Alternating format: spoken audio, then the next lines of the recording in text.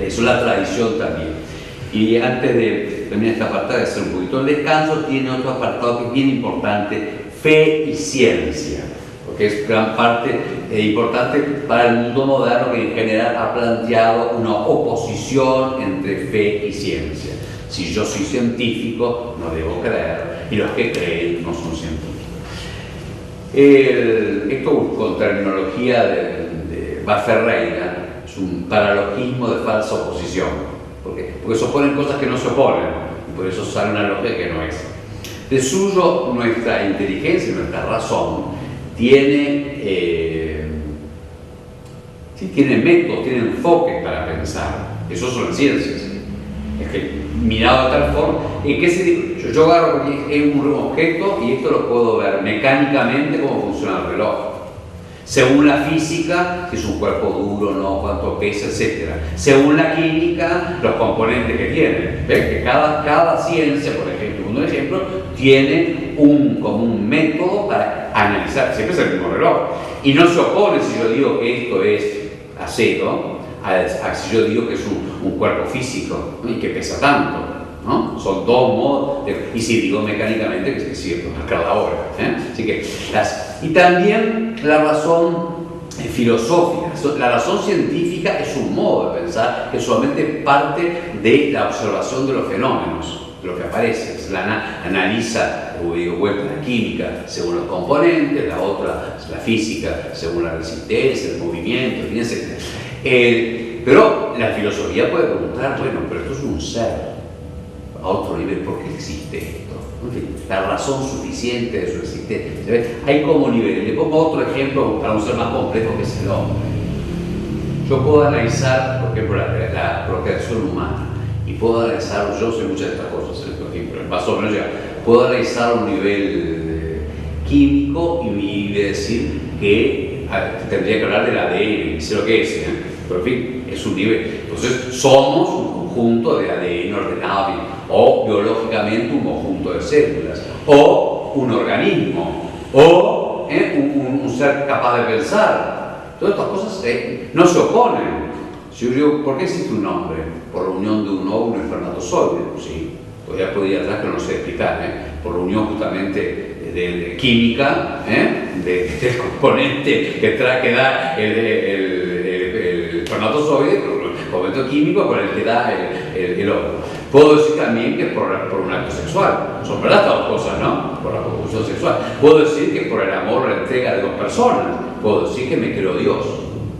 Estas cosas no se oponen. Entonces la ciencia, por ejemplo, cuando dice, la ciencia prueba que no existe Dios. La ciencia no puede probar ni que existe Dios ni que no existe, porque eso no es un planteo científico. La ciencia prueba según los datos que tiene la ciencia, que son básicamente de observación y físico-matemática. Cuando un científico dice la ciencia niega a Dios, eso se salió de la ciencia, es una afirmación filosófica. Entonces es muy importante darse cuenta de esa diferencia. Entonces, la ciencia no en sí, como no hay oposición entre la física y la química, son dos marcos de observación y de razonamiento, y la matemática, tampoco en sí hay oposición entre ciencia y filosofía, y entre ciencia y fe. Son ámbitos, si las hay es porque hicimos algún razonamiento mal. Lo más frecuente es, hoy por hoy, cuando se sale de lo científico se pasa engañosamente a lo filosófico. Por ejemplo, decir que en la creación no hay ningún sentido de finalidad, porque eso ya es una reflexión filosófica. El sentido puede ver cómo funcionan las causas filosóficas, biológicamente, o que, eso ya digo, además otra trampa que se comúnmente, pero es no distinguir entre hipótesis y verdad científica. Por ejemplo, el Big Bang, tampoco es una hipótesis, y suponiendo que todo salga de una concentración de energía, y ahí salga todo, igual yo me puedo hacer la pregunta: ¿y esa concentración de energía por qué existe? Segundo, ¿por qué tiene un orden? Tercero, ¿por qué termina una cierta finalidad? Porque no sale cualquier cosa, ¿no? Así que yo puedo llegar cuando tiene que haber alguien que debe ser, porque igual eso no da razón de científico. Pero eso no es científico. También puede pasar, y alguna vez pasó, que la mente teológica, haga afirmaciones científicas donde no le corresponde. Y hubo un cierto, todo el siglo XVIII, XIX. La Biblia, por ejemplo, dice que, no me voy a acordar si el ejemplo es exacto, no importa, que la liebre es un rumiante, de un animal que no lo es. Bueno, eso no es que la Biblia yerre, porque la Biblia no es un libro de ciencia. Ahora, para explicar, para hablar de la creación, el autor sagrado, por tanto Dios, usa el lenguaje de la época. Porque no va a ser que ese hombre del siglo octavo antes de Cristo supiera la ciencia moderna. Eso sería una Dios dice, y como es una cantidad de cosas que no son científicas, dice la descripción para afirmar lo que Dios quiere afirmar y asegura con su revelación a través de ello, que la verdad religiosa que todos los seres reciben el ser de Dios. ¿Sí? Como tal, y tenemos que tener cuidado, hay muchos trabajos, todos sobre los libros del Génesis, etc. ¿Qué es lo que son? No hay que decir que son un cuentito, porque son un cuentito, son una revelación. Hay que ver qué quieren revelar y qué verdad quieren revelar. Hacemos la pausa.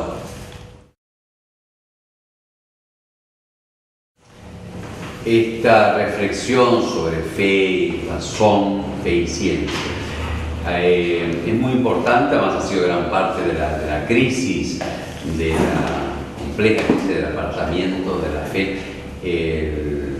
todo en Occidente, pero al final en el mundo entero. Algunas veces fue, nuestro mayor no es que fuera más tontos que nosotros, ellos vivían su cultura y recibían los textos bíblicos según su cultura, y como era el modo de verlo de todo el mundo, por ejemplo, o de la mayoría, el centro era la Tierra, no les hacía problema. Cuando empieza a ponerse en cuestionamiento por ciertos datos científicos o ciertas hipótesis en su momento, después quieren mantener la verdad principal, que la escritura no yerra, es verdadera, y a veces, no sabían cómo componerlo con la ciencia. Y con eso pasó en muchas cosas por la crítica moderna, que avanzó enormemente la ciencia y se aplicó a las divinas escrituras, tanto del siglo XVII al XIX. Hoy por hoy tenemos una mejor comprensión, pero hay que también no dejar que entren todos los... Tenemos que estudiar, comprenderlo, porque somos hijos de esa problemática, pero no todos los prejuicios que se dicen. Por ejemplo, así como, por ejemplo, el caso de Galileo, que se pone siempre, porque él decía que era el heliocentrismo, o sea, que los planetas alrededor del Sol. Entonces yo le había dicho Copérnico, que era un canónico, que era un sacerdote 2 siglos antes, así que no es que fuera contra la ciencia. Lo que tampoco ni Copérnico había logrado, ni había logrado tampoco Galileo, es probarlo. No se prueba. Entonces, ahí sí hubo algunos que se realimentaron, es decir, en la dificultad que tenían con el texto bíblico, le aplicaron un demasiado literal. Pero de verdad no es, repito, Galileo no lo había probado. Era una hipótesis y estaban las dos hipótesis. La hipótesis la tenían muchos eclesiásticos. Fue más que nada, después fue un problema disciplinar. En las universidades católicas, que había por otra parte, le dijeron que no lo enseñaran porque no estaba claro, y él lo enseñó. Entonces digo, después fue disciplinar. Yo el caso Galileo es muy complejo, pero digo, para ver que no es que la iglesia se opuso siempre a la ciencia. No, además Galileo era un católico, ¿no? Y vivió católico y murió católico. Así que en todo caso era un problema intracatólico. No era entre la universidad laicista y la iglesia por fuera, era todo entre católicos, y entre el uso de la iglesia, y ya digo, lo pudieron probar después. En el siglo XVIII, la mayoría de los planetas que descubren tienen nombre de jesuitas, porque todos los astrónomos que estudian de ellos. Así que digo, yo para ir contra esas deformaciones culturales de que la religión está contra la ciencia, está contra la ciencia. Gran parte de la ciencia occidente nace de católicos, tanto laicos como sacerdotes. Pero sí, lo que más me interesa para nosotros es que nosotros, para evangelizar, necesitamos pensar todas estas cosas. Tenemos primero que leer, por supuesto, pero tenemos que saber las dificultades para creer que tienen nosotros, y además tenemos que llegar a una cultura que nos permita, si nosotros mismos somos tenemos una dicotomía, Pero creemos por un lado y después vemos la vida, la religión, el matrimonio, la ciencia, etc. con unos ojos que van contra la verdad revelada. No se puede, no hay una doble verdad. Hay niveles distintos de verdad, pero no puede ser sobre el mismo punto una cosa contradictoria. Hoy más que nada, como sabemos, las discusiones son menos sobre los actos y sobre el origen, porque nadie pone el problema con la fe el que haya habido evolución. Si hubo evolución, esa fue llevada por Dios. Y si podían evolucionar los animales, porque eso había dado. Así que no hace problema contra la fe. Como sabemos, la problemática mayor es entre la antropología, y la teoría se nos pone, por eso el matrimonio, la procreación, la vida, son todos estos problemas. Bueno, no cualquier antropología corresponde con la fe, pero tenemos que pensar, tenemos que creerlo, nos apoya. Pero además, como son verdades de razón, también tenemos que hacer el razonamiento para poder explicarlo y defenderlo.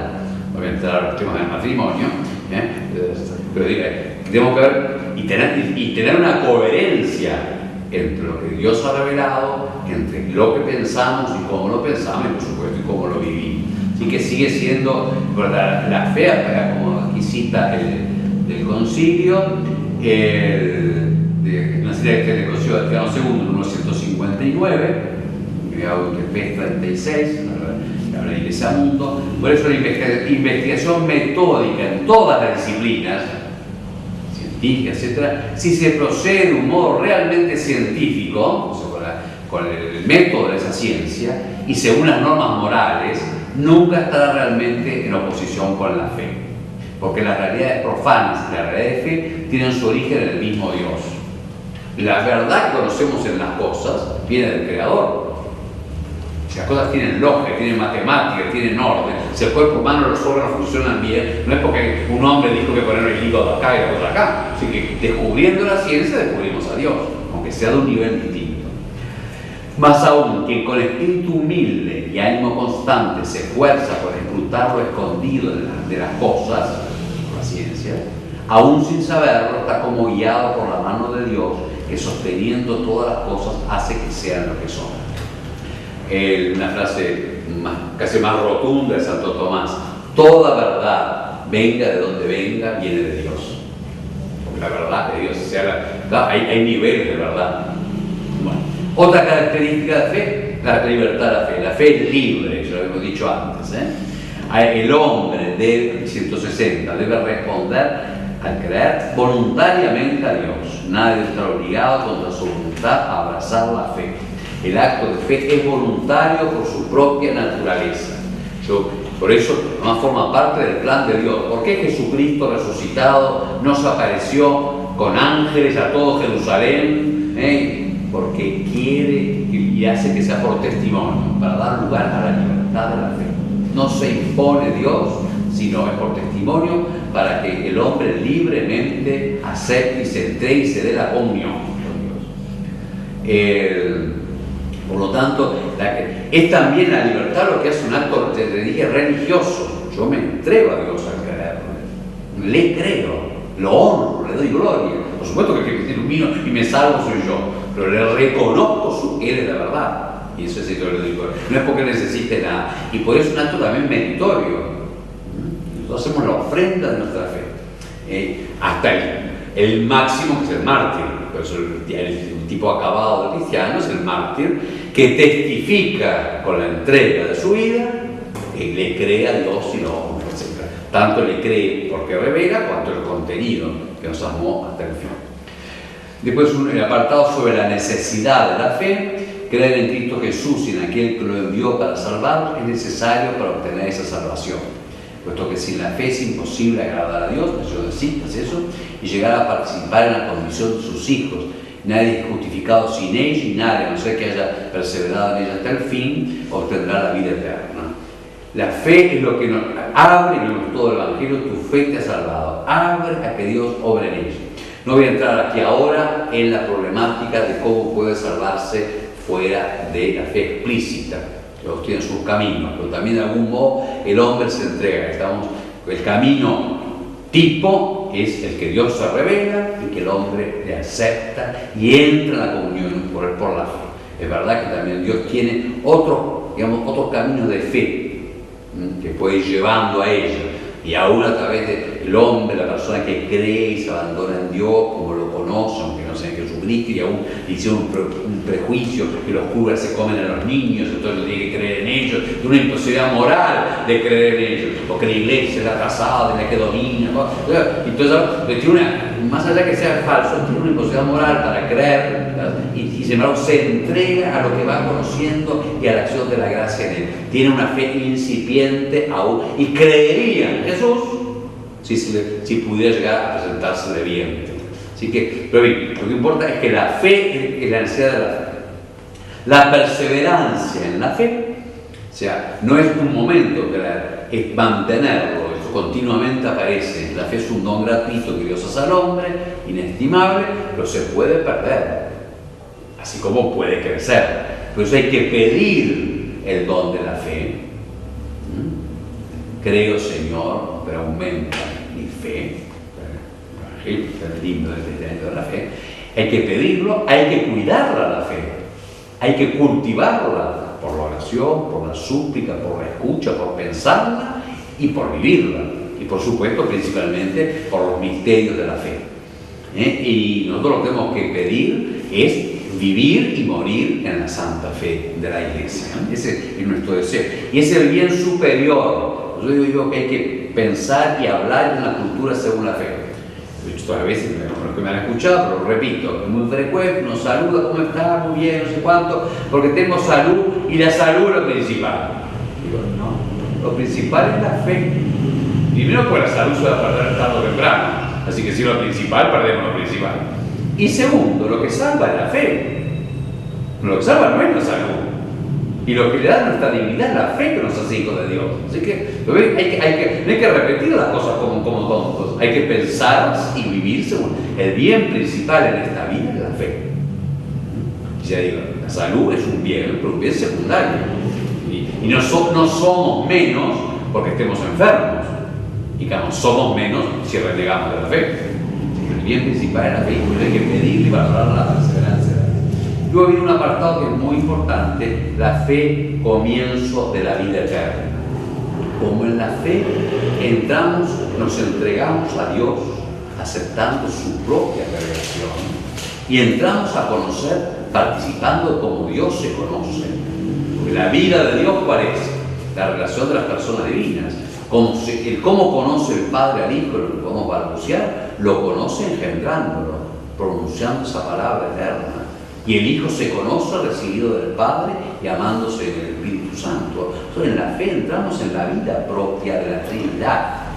Y por eso es ya vida eterna. Eso existe mucho el Evangelio según San Juan, que dice, el que cree tiene vida eterna y yo lo resucitaré en el último día. La resurrección es futura, pero la vida eterna es ya actual. Y la vida eterna en San Juan significa no solamente una vida larguita, significa vida de Dios, podemos decir vida divina. El que cree ya entra en la vida de conocimiento y amor, de comunión y de entrega en el seno de la Trinidad. El Padre se entrega todo en el Hijo consubstancial con Él, dándole todo en su misma sustancia, y de un modo perfecto, permanente y eterno. Y el Hijo se recibe todo del Padre y su gloria es glorificar que todo es don del Padre, en la comunión permanente del Espíritu Santo. Jesús dice en capítulo 17, según San Juan, esta es la vida eterna, que te conozcan a ti, Padre, único Dios verdadero, y a tu enviado Jesucristo. Por eso la fe es comienzo de la visión, es comienzo de la calidad de la vida eterna. Cuando decimos Padre nuestro, no es simplemente que cambiemos, podemos decir Padre, podemos decir a Dios, no, le estamos diciendo a Dios como lo dice Jesús, y para que sea no solamente una palabra, lo hacemos porque Jesús nos mandó, siguiendo su divina enseñanza, nos atrevemos a decir, pero al mismo tiempo el Espíritu Santo, Romanos 8, da testimonio en nuestro corazón de que somos hijos y clama Abba Padre. O sea que tenemos un lenguaje que no me gusta mucho, porque si ya me explico, tenemos la experiencia filial de Jesucristo. Y la palabra experiencia no es verdad, no me gusta mucho porque a veces son las experiencias. Puede no ser sensible, es más que Realmente estoy participando de cómo el Hijo se recibe del Padre y se entrega a Él. Así que soy, por eso, como dice también San Juan, primera carta, capítulo 3, queridos hermanos, fíjense cómo nos ha querido el Padre, amados hijos de Dios, pues no somos una realidad nueva. Y la vida de fe, la esperanza con la caridad, la matriz de la fe, es ya vida eterna. Es ya participación de. Por eso el ejercicio de la fe, los actos de fe explicitados, invito mucho cuando hacemos el credo, cuando cantamos el credo, de escucharlo, porque yo al pronunciarlo, escuchar, digo, creo en Dios Padre, estoy tocando al Padre, tocando espiritualmente, como si participando de la visión que no lo veo. Es ya el comienzo de la vida eterna, es ya, nosotros hemos pasado de muerte a la vida, porque creemos. Ya hemos pasado de la muerte a la vida en los actos de fe. Artículo segundo.